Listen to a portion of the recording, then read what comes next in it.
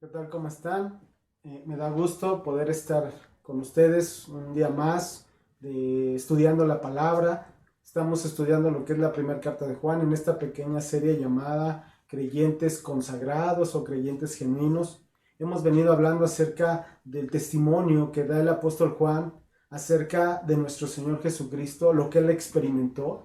Y eso mismo que él vio, él oyó, él palpó, dice que él viene a anunciarlo. Él viene a dar testimonio de esa vida, porque él menciona en los primeros versículos de su carta que esa vida fue manifestada y ellos la vieron.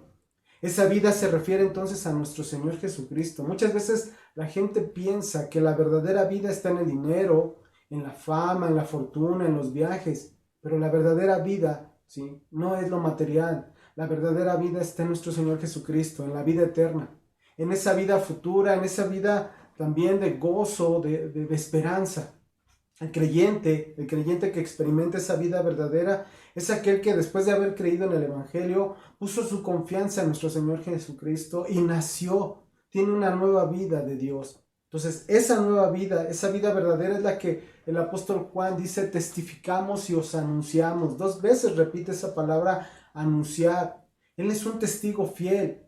Él da ese testimonio, ¿sí?, de lo que él experimentó. Y así como él lo experimentó, él lo anuncia, ¿sí? Él no se puede quedar callado. Cualquier persona que experimenta esa vida verdadera es una persona que no se puede quedar callada, sino es una persona que habla, es una persona que proclama como lo hizo Juan. La vida verdadera es aquella que es revelada en nuestro Señor Jesucristo y que se experimenta cuando ponemos nuestra confianza en Él como nuestro Salvador. Si el creyente ha experimentado esa vida verdadera, entonces él va a querer compartir, así como lo hizo Juan, anunciando y hablando a las personas acerca de nuestro Señor Jesucristo. Entonces, Juan estaba dispuesto a compartir, a dar ese testimonio. Hoy en día el creyente también tiene que dar ese testimonio, tal vez no de haber caminado con Cristo directamente, pero sí de esas experiencias espirituales que ahora el creyente tiene en Cristo. Él puede dar ese testimonio de una vida transformada, de una vida en gozo, de una vida en esa fortaleza que solamente Cristo da. Ahora, ¿cuál era el fin de que Juan pudiera compartir o quisiera compartir esa experiencia que él vivió? Lo dice ahí mismo en el versículo 3, primera carta de Juan 1:3. Dice: para que también vosotros tengáis comunión con nosotros. Para que también vosotros tengáis comunión con nosotros. La enseñanza de este día lleva ese título, comunión. ¿Por qué? Porque cuando hablamos de comunión, de acuerdo al original, la palabra griega koinonia, quiere decir una participación, un compañerismo, ¿sí? Mira, comunión es una palabra importante dentro del vocabulario del creyente. Comunión nos habla de una participación, de un compañerismo entre los mismos creyentes, ¿sí? Está relacionado el término con lo que es la amistad, con lo que es el conocimiento profundo, como lo dice el Salmo capítulo 25, versículo 14. Salmo 25, 14. La comunión íntima de Jehová es con los que le temen, y a ellos hará conocer su pacto. Hay un conocimiento profundo. Simplemente hablar de comunión es hablar de tener algo en común, tener algo en común, ¿sí? Y el conocer a Dios, el tener una relación íntima, una comunión con Dios, exige también una comunión con los mismos creyentes, con sus hijos. Es importante que se cuide la comunión entre los hermanos. Ese término, compañerismo, comunión, tener en común, nos habla o significa acerca de una relación íntima. ¿Con quién? Con nuestro Señor Jesucristo, con el Espíritu Santo, con el Padre. También entre los hermanos en la fe, pero no con los malos, no con los pecadores. Una relación cercana, relacionada con el Evangelio, relacionada con el sacrificio de nuestro Señor Jesucristo, pero no una relación cercana con el pecado, no una relación cercana con la maldad, sino una relación cercana hasta con el sufrimiento. La verdadera comunión puede existir solamente entre creyentes verdaderos. No estoy diciendo que dejes de hablar con las personas del mundo, no estoy diciendo que te olvides, ¿no?, de acercarte o de hablar o tener esa cercanía con las personas del mundo. No, me refiero a algo en común. Y algo en común solamente los que son creyentes. Algo en común, el sacrificio de nuestro Señor Jesucristo. Entonces los creyentes tienen esa comunión, tienen ese compañerismo. ¿Por qué? Porque la base de esa comunión es con Dios principalmente. La participación de sus bendiciones y la misión que tenemos los creyentes de llevar el Evangelio, ¿sí? En la condición de pecadores, los seres humanos no pueden tener, ¿sí?, comunión con un Dios santo. Pero Dios, en su gracia infinita, envía a nuestro Señor Jesucristo. ¿Para qué? Para que entonces ahora sí pueda tener algo en común Dios con los seres humanos.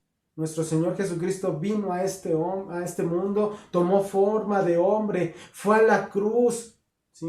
Y en esa cruz llevó, ¿sí?, los pecados de todo el mundo. La primera carta de Pedro, capítulo 2, versículo 24, nos dice así: quien llevó él mismo nuestros pecados en su cuerpo sobre el madero, para que nosotros, estando muertos a los pecados, vivamos a la justicia, y por cuya herida fuisteis sanados.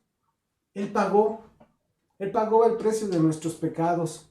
Gracias a ese pago, el camino está abierto. ¿Para qué? Para recibir el perdón de Dios y entonces formar parte de esa familia de Dios. Al confiar en nuestro Señor Jesucristo, nos convertimos en participantes de esa nueva naturaleza divina. Ahí mismo, segunda carta de Pedro, capítulo 1, versículo 4, dice así: por medio de las cuales nos ha dado preciosas y grandísimas promesas, para que por ellas llegaseis a ser participantes de la naturaleza divina, habiendo huido de la corrupción que hay en el mundo a causa de las concupiscencias. Entonces, cuando Pedro utiliza aquí la palabra participantes, ¿sí?, viene o se desprende de la misma raíz griega de la palabra comunión. Tener en común esa naturaleza divina. Ahora tenemos en común esa naturaleza divina. La comunión tiene el fin, ¿sí?, de darnos a entender que no estamos solos, que hay muchas personas que creen, que tienen a Dios como Padre, a Cristo como su Salvador, y entonces debe existir comunión los unos con los otros dentro de la familia de la fe. Mateo capítulo 28, versículos 19 y 20 nos habla acerca de predicar, de llevar ese evangelio. Dice así: por tanto, id y hacer discípulos a todas las naciones, bautizándolos en el nombre del Padre, y del Hijo, y del Espíritu Santo, enseñando que guarden todas las cosas que os he mandado, y aquí yo estoy con vosotros todos los días hasta el fin del mundo. Entonces, aquí nos está hablando de esa común participación. ¿De qué? De la gracia de Dios, de la salvación, del Espíritu Santo que ahora mora en los creyentes. Todo esto nos lleva a esa comunión que debemos de tener. Por eso Juan nos habla de esa comunión que hay entre los creyentes, pero que está basada ¿en qué? Dice en la parte final del versículo número 3, y nuestra comunión verdadera es con el Padre y con su Hijo Jesucristo. Esa relación de igualdad que existe entre los creyentes es porque previamente viene de una relación de Dios con el ser humano. ¿Sí? Lo que nos dice Juan es que hay una necesidad de que exista primeramente una relación de Dios con el hombre para entonces poder disfrutar de una comunión cristiana. ¿Sí? Hay 3 pasos a seguir para lograr esa comunión entre los creyentes. Primero, debe estar fundamentada en el testimonio de la palabra de Dios, ¿sí? Porque si no hay ese fundamento, es imposible la unidad. Segundo, debe ser algo mutuo, esa comunión tiene que ser algo mutuo. ¿Para qué? Para que haya esa unidad entre los creyentes. Y tercero, es algo que se tiene que estar renovando cada día por medio del Espíritu Santo. O sea, tener una comunión constante con los demás hermanos en la fe. La verdadera comunión combina lo social, que es el congregarnos, el convivir, pero también lo espiritual. Y eso solamente se logra a través de una relación viva con nuestro Señor Jesucristo. Y dice el versículo número 4, primer carta de Juan 1:4, estas cosas os escribimos para que vuestro gozo sea cumplido. En esa comunión vamos a encontrar el gozo. Cuando habla de gozo, habla de esa alegría, habla de ese deleite. Y cuando habla de que sea cumplido, dice que es algo completo, para que el creyente esté completo, para que el creyente esté repleto. El gozo del creyente se complementa, ¿sí?, en esa comunión primeramente con el Padre y también luego con los hermanos en la fe. Juan lo que quería era compartir y que vieran en él ese gozo cumplido, ¿sí? El gozo es totalmente diferente de la felicidad, no lo podemos confundir, no podemos pensar que es lo mismo.